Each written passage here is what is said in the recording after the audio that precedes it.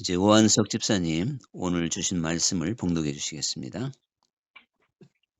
빌립보서 2장 6장에서 8절까지입니다. 그는 근본 하나님의 본체시나 하나님과 동등됨을 취할 것으로 여기지 아니하시고 오히려 자기를 비워 종의 형체를 가지사 사람들과 같이 되셨고 사람의 모양으로 나타나사 자기를 낮추시고 죽기까지 복종하셨으니 곧 십자가에 죽으심이라. 아멘. 아멘. 아멘. 오늘 이 성탄절 바로 하나님께서 우리 인간의 몸을 입고 이 땅에 오신 날이 바로 성탄절이기 때문에 우리가 이 성탄의 그 의미를 생각해 보면 인류 역사상 가장 큰 사건이라고 말할 수가 있습니다.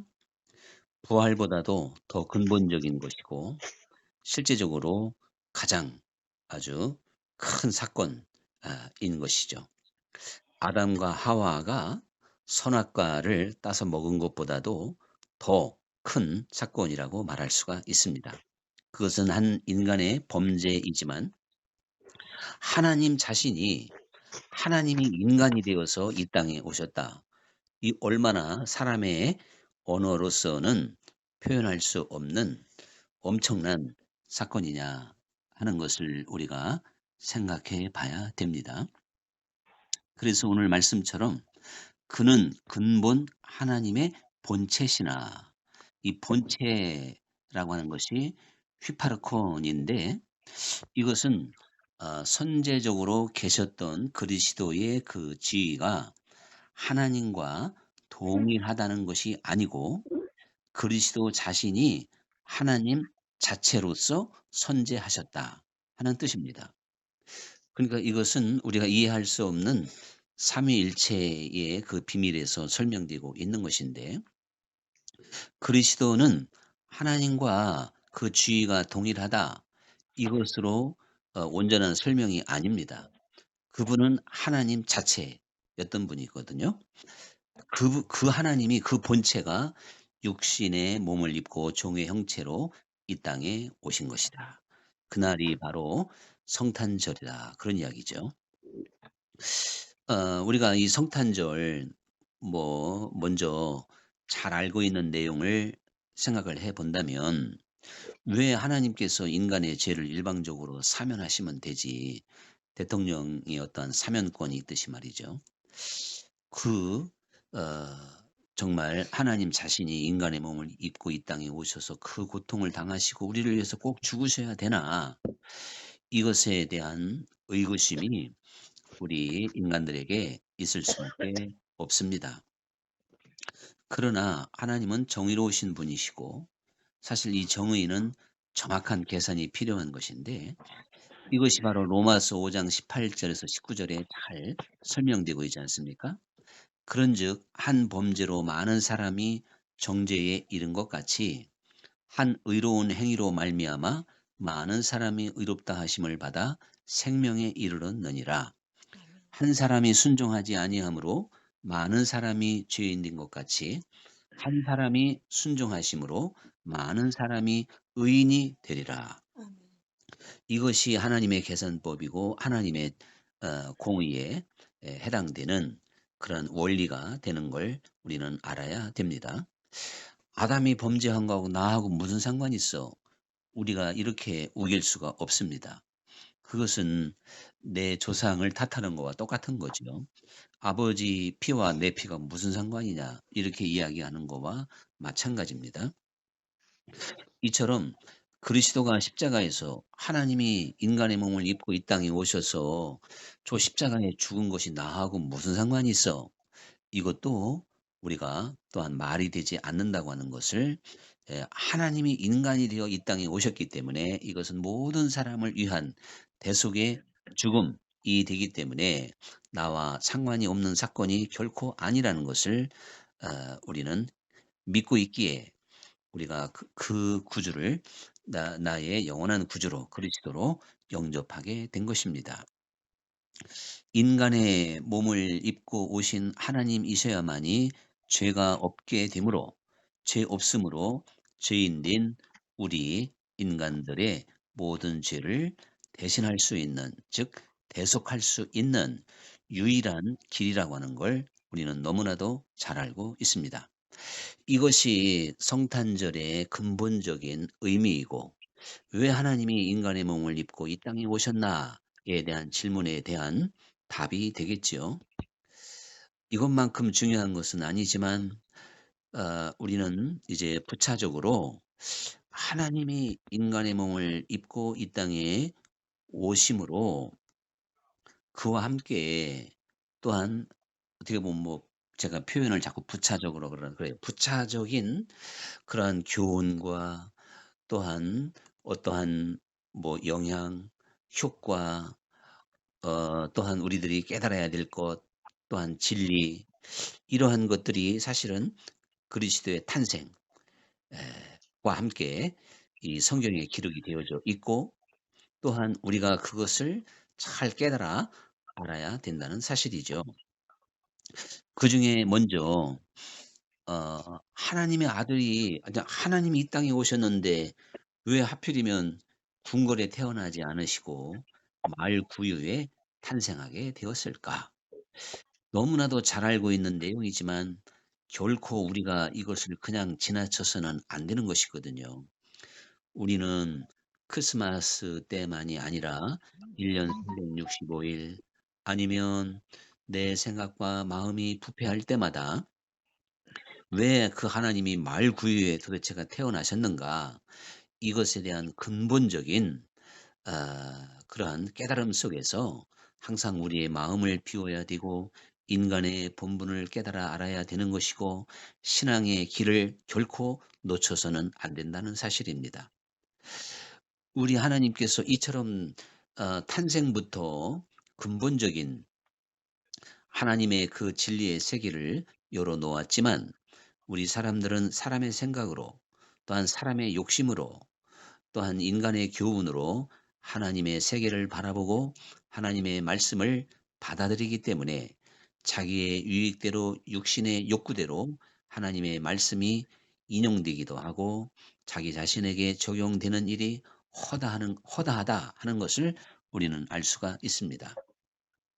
말 구유에 탄생하셔서 참으로 의미심장한 교훈을 우리에게 던져 주셨던 그 주님께서는 이 세상을 사시면서 무한한 권세와 능력과 세상의 부귀영화 모든 것을 다 가질 수도 있었지만, 세리와 창기들의 친구라고 별명을 얻을 만큼 항상 낮은 곳에 거하시게 되었고, 그들의 손을 붙잡아 주셨고 그들의 아픔과 그들의 죄를 용서해 주셨습니다. 그러셨던 주님은 가난한 자들에게 복음이 전파된다고 하여라, 이렇게 말씀을 하셔서 당시에 가난한 자들에 해당하는 병든 자, 또한 여인들과 또한 사회적인 약자들이 결국 그리스도를 먼저 영접하게 되었고, 예수님께서 이 세상에 탄생하실 때도 사회의 가장 하층이라고 할 수 있는 목자들이 그 들판에서 한밤을 밝히다가 예수님의 탄생을 알았을 뿐입니다. 모든 사람들은 이제 고대 광실 큰 집에서 또한 화려한 여관방에서 그 밤을 지내고 있었지만, 찬바람을 맞으면서 그 양들을 돌보던 참 힘없는 목자들에게 천사들의 음성이 들려졌듯이, 오늘도 하나님의 말씀은 심령이 가난한 자들, 또한 낮은 곳을 볼 수 있는 눈이 열린 이들에게만 들려지는 것이고, 하나님의 말씀은 전파된다는 걸 알아야 되는 것입니다. 세상의 부귀와 영화와 성공과 육신의 안일함을 추구하는 이들에게는 결코 하나님의 말씀이 들려질 수 없다고 하는 것은 예수님의 탄생과 예수님의 삶을 통해서 우리들에게 분명하게 보여주고 있습니다. 그러므로 예수님께서 좁은 문으로 들어가 좁은 길로 걸어가야 된다. 많은 사람들이 넓고 편안한 길로 갈 것이며 이 좁은 길을 찾는 이들은 심히도 적은 것이다. 이렇게 이제 말씀을 하시게 됐습니다. 그래서 예수님께서도 사실 이 땅에 탄생하실 때부터 과연 성경의 좁은 길을 가르쳐 준 것이거든요. 공중에 새와 여우도 굴이 있지만 거처할 곳이 있고 그러나 인자는 머리 둘 곳도 없다 하신 말씀 그대로 예수님께서 걸어가셨던 그 좁은 길을 우리는 상상할 수가 있고요.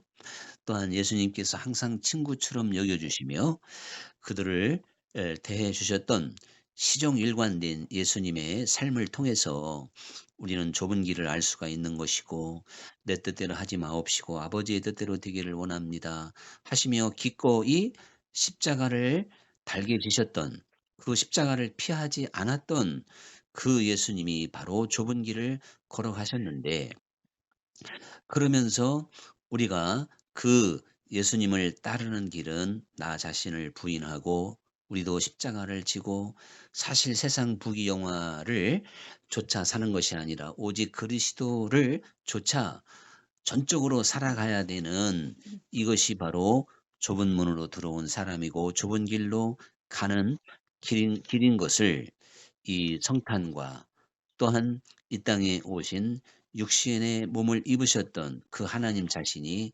우리에게 온몸으로 보여주셨던 길인 것을 우리는 꼭 깨달아 알아야 되는 것이죠. 그런데 바로 그 하나님이 우리 인간들처럼 이렇게 육신을 입어야만이 육신으로 오셔야만이 알 수 있고 뭐 알 수 있다는 건 좀 어폐가 있는 말인 것 같고요. 경험할 수 있고 체험할 수 있는 그리고 하나님으로서는 한 번도 걸어가 보지 못한 길이에요. 알 수 없는 길이에요. 하나님에게는 있을 수 없는 그 길이 열리게 된 겁니다. 그것이 바로 고난인 것이고 그것이 바로 순종이고 복종이고 그것이 또한 죽음이라는 것입니다. 하나님에게는 고난이라는 게 있을 수 없습니다. 연약함도 있을 수 없습니다. 하나님이 누구에게 순종하며 누구에게 복종하겠습니까? 그리고 하나님에게 어떻게 죽음이 있을 수가 있겠습니까? 그런데 인간의 몸을 입으셨기 때문에 그 하나님이 고난을 몸소 체험하시게 됐습니다. 그러면서 우리에게 담대하라. 내가 세상을 이겼노라. 그러면서 우리 인간의 연약함을 주께서 아신다는 것이죠. 히브리서 4장 15절에 보면 우리에게 있는 대제사장은 우리의 연약함을 동정하지 못하실 리가 아니요 모든 일에 우리와 똑같이 시험을 받으신 이로되 죄는 없으시니라. 여기에 보면 우리의 연약함을 동정하시는 분이라는 것입니다.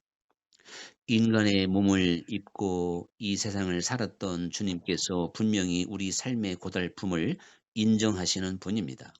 그것을 너무나도 잘 알고 있기 때문에 우리를 불쌍히 여기시는 분입니다. 하나님은 우리의 본성이 얼마나 악한지, 우리가 죄에게 얼마나 쉽게 잘 넘어지는 존재인지, 그리고 이 세상의 삶의 무게가 얼마나 대단한 것인지 몸소 체험하시게 된 거죠.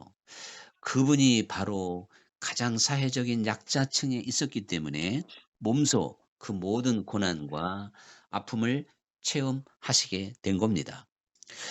아마 인간 삶의 자체가 고난이지만 그래도 환경이 좋고 모든 것이 갖추어진 요즘으로 말하는 금수저급에 해당되는 이들은 자기가 알 수 없는 육신의 어떤 아픔, 뭐 몸의 아픔, 뭐 이러한 고통 이외에는 사실 크게 느껴질 수 있는 게 없을 수도 있습니다. 그러나 정신적으로 오는 방황, 그 허탈감, 뭔가 영적으로 오는 목마름, 자, 이런 것들은 인간들이 그 누구도 벗어날 수 없는 고난이라고 할 수가 있겠죠. 근데 우리 육신적으로 받아야 되는 고난, 자, 이러한 것들은 우리가 보릿고개가 있듯이 예수님의 당시에 그 삶이라고 하는 것은 더 피폐해 있었고 정말 서민들의 그 삶에 먹을 것이 풍족하지 못했다고 하는 것을 우리는 잘 알 수 있지요. 그 예수님께서 그래서 우리 사람들이 그러한 유혹과 시험과 이런 것에 너무나도 잘 넘어지는 연약한 존재라고 하는 것을 아시기 때문에 몸소 체험하셨기 때문에 우리의 연약함을 동정하시고 있다. 이렇게 말씀하고 있고 로마서 말씀에는 성령도 우리의 연약함을 아시고 말할 수 없는 탄식으로 기도해 주고 있으시다. 우리 인간이 기도해야 되는데 기도하지 못하고 또한 하나님의 뜻에 온전히 거해야 되는데 잘 거하지 못하는 연약함을 잘 아시고 우리를 위하여 말할 수 없는 탄식으로 중보 기도를 하고 있다는 것입니다. 무엇보다도 사실 하나님께는 순종이나 복종이 없는 것이거든요. 그런데 바로 그 예수님은 언제나 이 땅에 오셔서 순종의 길을 걸으셨습니다. 아버지의 뜻을 충실히 이행하게 됐습니다. 그분은 하나님과 동등된 본체이기 때문에 하나님과 예수님 사이에 순종과 복종이라고 하는 건 영적으로 있을 수가 없는 거죠. 그런데 바로 순종하셨고 복종하셨는데 결국에는 죽기까지, 죽기까지 복종하시게 된 겁니다. 바로 예수님의 이러한 순종과 복종은 우리들이 그대로 따라서 해야 되는 그러한 내용인 것을 우리는 잘 알 수가 있지요. 그래서 우리는 연약하고 세상은 강하고 우리는 말할 수 없는 그런 마치 양이 이리 가운데 놓여진 것과 같은 사실은 그러한 위태로운 상황입니다. 육신을 가지고 있는 우리들은요. 그런데도 순종 예수님이 40일 금식에 배고픔을 이기고 떡으로 돌을 가지고 떡을 만들어 먹을 수도 있는데 만들어 먹지 않았던 것처럼 그건 단순한 배고픔의 문제가 아닌 거죠. 그렇게 했을 때 어떠한 교만의 그 마귀의 함정에 빠질 수가 있기 때문에 또한 겸손하지 못한 하나님의 아들의 모습이기 때문에 이제 돌을 가지고 떡을 만들지 않았던 걸 볼 수가 있습니다.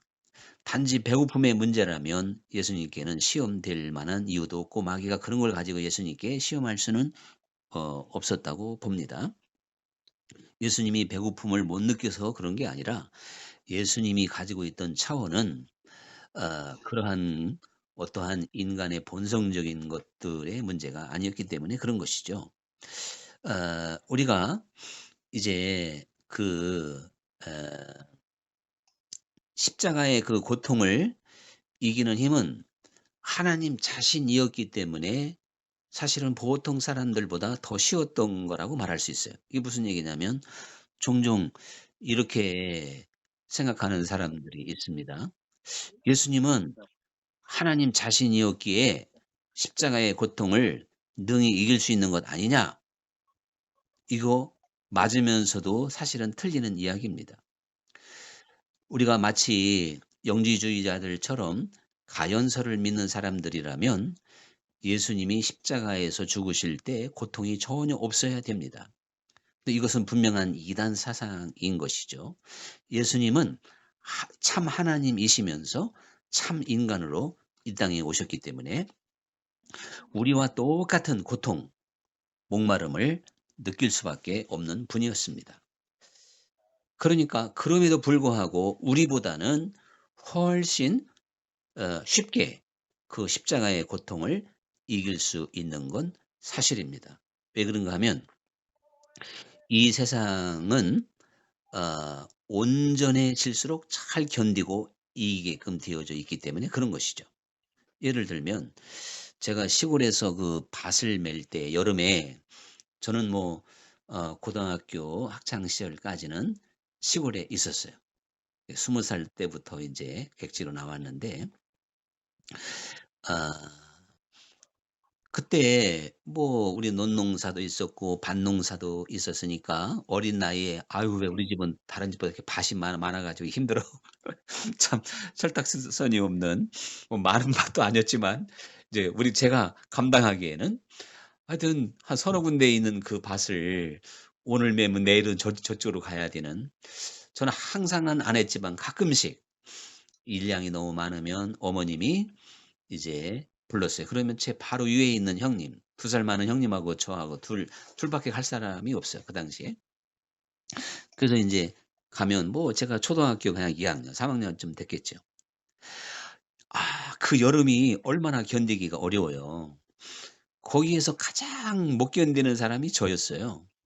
근데 바로 제 위에 있는 2살 형님은 그래도 형이라 그런지 뭐 어머님하고 비슷하게 견딥니다. 그 우리 처음에 그 초대교회 그 선교사들, 한국에 왔던 그 선교 초기의 선교사들이 대한민국의 여름을 아주 살인적으로 느끼게 됩니다. 우리라서 몰라서 그렇죠. 우리가 볼 때는 '중동 사람들 뜨거운데 어떻게 살까.' 생각할지 모르지만 여행을 한번 이렇게 가다 보면 그 천만의 말씀이거든요. 여름 나기가 사실은 우리가 훨씬 어렵습니다. 우리는 습도가 높아서 이건 그늘에 가도 뭐 이거 대책이 없잖아요. 그러니까 이 선교사들이 한국의 여름이 아주 견디기 어려운, 그래서 콜레라, 아 또 뭡니까 말라리아인가, 이렇게 해서 많은 그 선교사들이 또 죽기도 했던 걸 볼 수 있잖아요. 어쨌든 그 장렬하는 태양 아래서 어머님은 수건 하나 머리에다가 이렇게 동이시고 나는 모자까지, 밀짚 모자까지 썼는데도 딱 밭에 앉으면 숨이 턱턱 막히는 것 같아요. 그래서 그냥 30분 이상을 견디지 못하고, 또한 아니면 뭐 어떤 때는 그냥 한 20 분, 한 15분 앉아 있다가 빨리 그늘에 피해다 들어오고. 자, 그런데 그 차이가 뭘까? 열기에 견디기 쉬우는 것도 저 어릴수록 더 어머님보다 훨씬 유리할 텐데도 못 참는 건 바로 그만큼 온전하지 못하다는 이야기고 성숙하지 못했다는 그런 뜻이 되는 것이죠. 그래서 우리 일제 시대 때 신사 참배를 거부했다든가 6.25 때 그 권총, 아니면 뭐 총 앞에서도 주님을 부인하지 않았던 그러한 모든 사람들은 그 육신의 힘으로 능으로 되지 않습니다. 신앙심이 깊어야만이, 온전한 신앙이어야만이 순교할 수가 있는 거와 마찬가지죠. 그러니까 사실 예수님은 하나님을 아는 지식이 완벽한 분이고 하나님 자신이기 때문에 세상의 고통을 이기는 것이 우리보다는 월등합니다. 비교가 안 돼요. 그건 아프지 않아서 그런 게 아니라 이 아픔보다 더 귀한 가치가 있기 때문에 능히 그것을 감당하시게 되는 겁니다. 이와 마찬가지로 우리가 이 세상을 살면서 죄를 이기지 못하고 육신의 삶의 그 수준에서 벗어나지 못하는 것은 성숙하지 못하기 때문에 그런 것이에요. 우리가 육신적으로 날마다 오는 유혹은 참 강하지요. 대단합니다. 그러나 우리가 그리스도를 아는 지식이 자라면 자랄수록 세상은 아무것도 아닙니다. 이것보다 더 귀한 것을 보았기 때문에, 더 귀한 것을 내가 알고 있기 때문에 그 능력이 이 세상의 모든 것들을 아무것도 아닌 것처럼 배설물처럼 여길 수도 있고 초월할 수가 있는 거예요. 그러므로 이 세상을 초월하지 못한 건 아직도 그리스도를 아는 지식이 부족하다는 뜻입니다. 그래서 영생은 유일하신 하나님과 그 아들 예수 그리스도를 아는 것이다. 이게 바로 영생이다. 이렇게 말씀을 하시게 된 겁니다. 우리는 영생의 삶을 오늘도 내일도 날마다 살아가야 됩니다. 이 영생의 삶에는 오직 정말 하나님을 알고 그리스도를 아는 그 능력이어서 이것이 모든 세상의 풍파와 고난과 아픔과 십자가의 고통이라 할지라도 기꺼이 아멘으로 순종하며 질 수 있는 능력을 거기에서 얻게 되는 것이죠. 내 몸이 아프지만, 배고프지만, 또한 어떠한 핍박과 때로는 상대방의 무시에 자존심 상하지만 능히 견딜 수 있는 게 영생의 세계입니다. 영생의 삶을 살지 못하고 있기 때문에 삶의 유혹이 강력한 겁니다. 삶의 유혹을 강하게 느끼는데 거기에 넘어지지 않을 사람은 없는 거예요. 그래서 신앙은 삶의 유혹과 날마다 싸우는 차원이 아닌 거예요. "오호라 나는 곤고한 자로다. 누가 나를 사망의 고통에서 건져내랴." 이것은 하나의 과정이지 그게 신앙의 결론은 아니지 않습니까?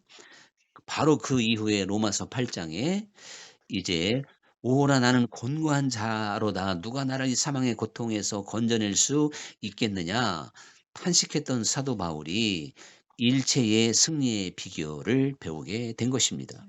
그래서 정죄함이 없고 육신의 욕구를 결코 따라가지 않는 승리하는 자신의 모습을 노래하게 된 것입니다. 그래서 "너희가 육신에게 져서 육신대로 살면 정령 죽을 것이지만 영으로서 몸의 행실을 죽이면 살리라." 아멘. 우리 육신의 요구, 육신이 우리를 원치 않는 죄로 끌려가는 힘은 상당히 막강하지만 그러나 네가 그 요구를 받아들이고 계속 거기에 끌려가면 그 마지막은 사망이라는 것이죠. 아멘. 이것이 성경의 말씀이고 진실한 하나님의 말씀입니다. 내가 예수님의 공로를 믿어서 천국 가게 됐다. 그렇게 교리적으로 묶인다면 사단에게 속고 있는 것이고 결코 나를 영원한 세계로 인도하지 못하고 있다는 걸 깊이 알아야 됩니다. 아멘. 그리스도를 아는 지식은 능히 세상을 이깁니다. 아멘. 세상의 부귀영화를 초월합니다. 아멘. 죄를 이길 수가 있는 거예요. 아멘. 그래서 날마다 주님과 동행할 수 있고 주님과 먹고 마시며 그 안에서 평안할 수 있는 겁니다. 아멘. 그래서 마침내 우리는 하나님의 사랑의 세계에 눈을 뜰 때 죄인도 원수도 없는 것이며 아멘. 모든 사람을 용납할 수 있고 용서할 수 있는 넉넉함 속에서 내가 가지고 있는 시간과 재산과 모든 것을 아낌없이 사실은 나누어 줄 수도 있는 겁니다. 아멘.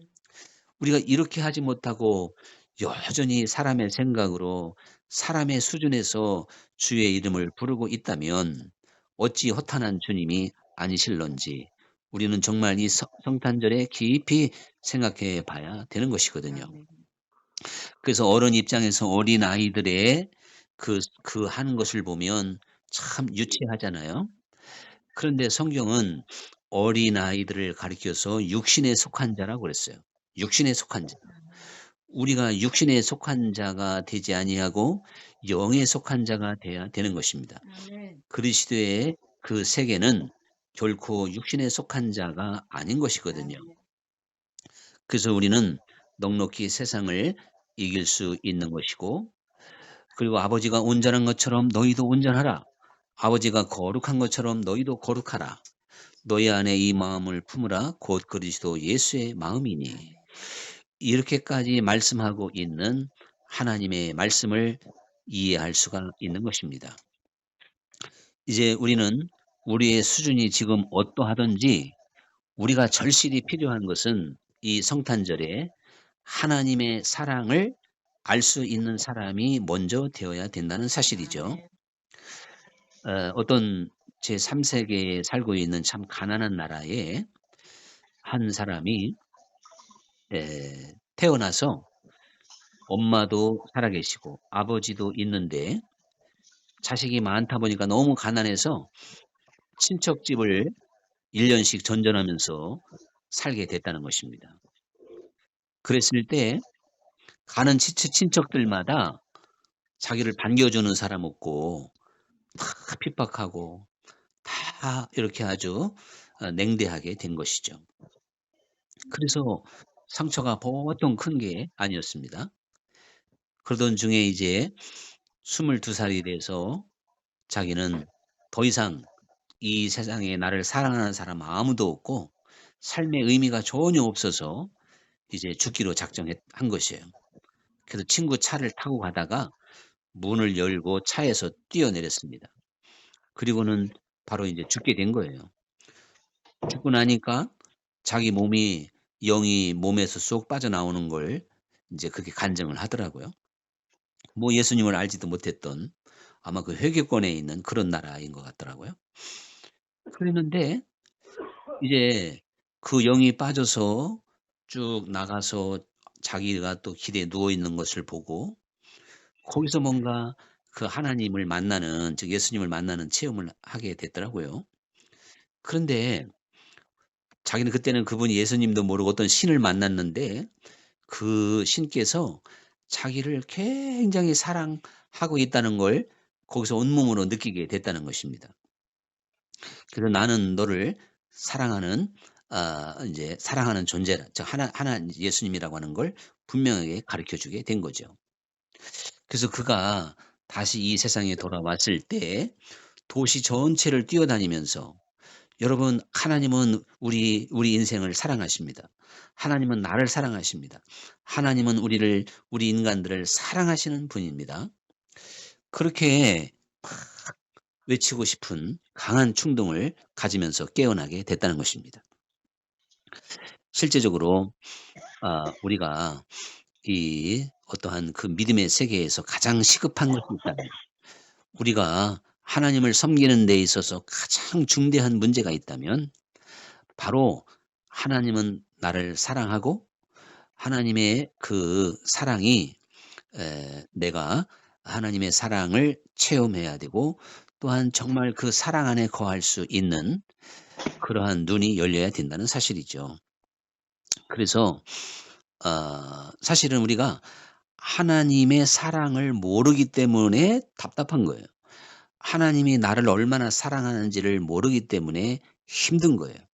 하나님이 나를 사랑하지 않는다고 하기 때문에 낙심하게 되는 것이고 불안한 것이고 믿음도 안 생기는 겁니다. 의욕도 없습니다. 내 모습 이대로 하나님께서 나를 사랑하신다고 하는 것을 우리는 믿음으로 바라봐야 됩니다. 그리고 그것을 견고히 믿어야 됩니다. 이게 믿음이 안 생기면 하나님이 저를 사랑하시는 줄 믿습니다 하고 마치 정말 어떠한 하나님의 선물이 올 때까지 구하고 찾고 두드리는 노력은 참으로 현명한 길이고 올바른 기도의 자세라고 저는 생각이 듭니다.